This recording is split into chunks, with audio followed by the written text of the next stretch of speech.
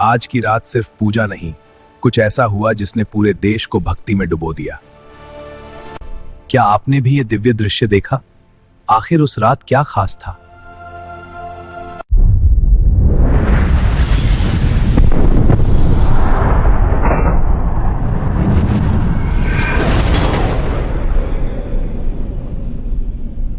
तो चलिए आज बात करते हैं भारत के एक सबसे बड़े आध्यात्मिक उत्सव महाशिवरात्रि 2026 के। ये वो एक खास रात है जब पूरा का पूरा देश, अब यकीन मानिए, आस्था और भक्ति में एक साथ डूब जाता है। अच्छा, ये उत्सव कितना बड़ा होता है, इसका अंदाजा कैसे लगाया जाए? चलिए एक काम करते हैं, सिर्फ एक शहर का उदाहरण लेते हैं, वाराणसी। यहाँ पता है कितने लोग?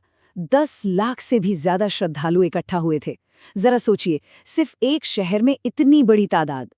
तो फिर सवाल ये उठता है कि आखिर एक त्योहार में ऐसी क्या खासियत है, ऐसी क्या शक्ति है जो पूरे देश को आस्था के इतने बड़े प्रदर्शन में एक साथ जोड़ देती है? चलिए आज इसी सवाल का जवाब ढूंढने की कोशिश करते हैं। तो सबसे पहले बात करते हैं शिव की महान रात्रि की। महाशिवरात्रि मतलब शिव की महान रात, और ये एक ऐसा पर्व है जो सच में पूरे देश को एक धागे में पिरो देता है।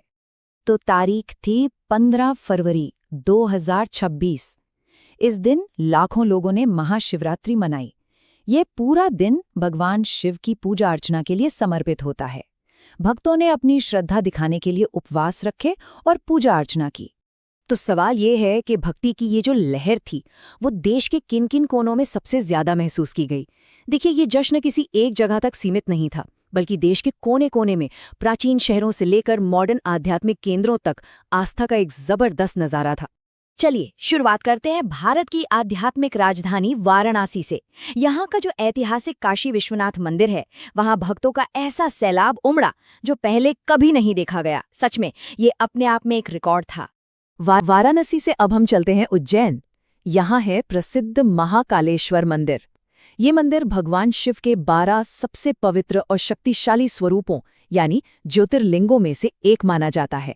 और यकीन मानिए, यहाँ का माहौल भी कुछ कम भक्तिमय नहीं था।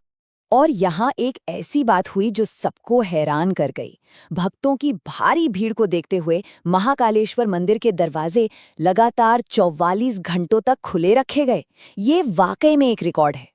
अब चलते हैं पवित्र शहर हरिद्वार। यहाँ तो गंगा के किनारे हर हर महादेव के जयकारों से गूंज रहे थे।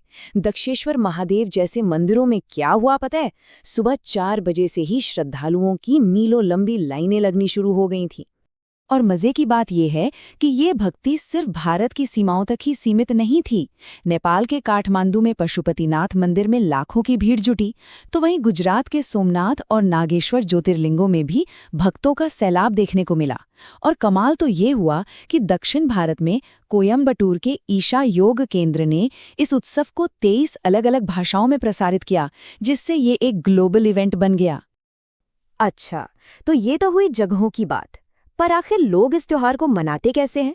वो कौन सी खास परंपराएं हैं, वो कौन से अनुष्ठान हैं जो इस उत्सव का दिल हैं? देखिए, एक सबसे जरूरी और खूबसूरत अनुष्ठान है श्रृंगार। इसका मतलब है देवता को सजाना, उनका अलंकरण करना। इस खास मौके पर वाराणसी में बाबा विश्वनाथ को एक दूल्हे की तरह सजाया गया, और उधर उज्जैन में बाबा महाकाल का त्रिशूल, चांद और सूरज से एक दिव्य श्रृंगार किया गया।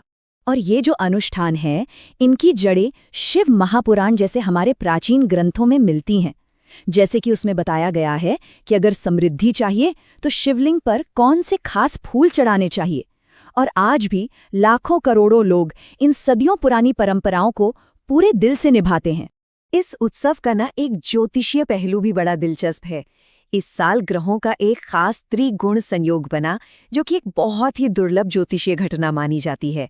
और ऐसा माना गया कि ये संयोग 3 राशियों यानी मेष, कन्या और वृश्चिक के लिए खास तौर पर शुभ था। इससे पता चलता है कि हमारी संस्कृति में आस्था और ज्योतिष कितने गहरे जुड़े हुए हैं। लेकिन ये त्योहार सिर्फ मंदिरों की 4 दीवारी तक ही सीमित नहीं है। ये तो एक राष्ट्रीय उत्सव बन जाता है, जिसमें समाज का हर हिस्सा, राजनीति से लेकर मनोरंजन तक शामिल होता है।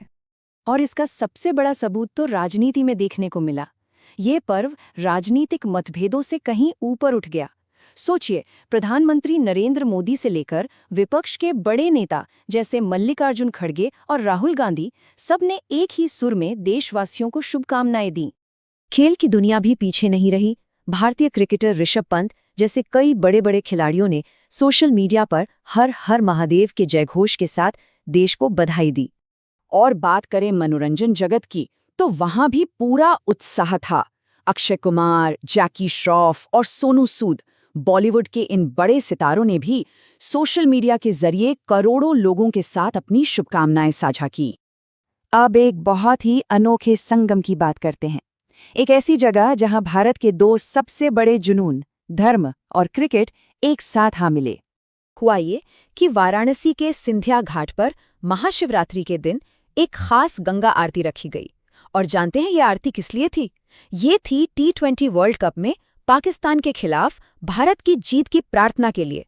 ये आस्था और राष्ट्रीय गौरव का एक जबरदस्त संगम था। तो इन सब बातों का मतलब क्या है? आज के भारत में ये त्योहार क्या मायने रखता है?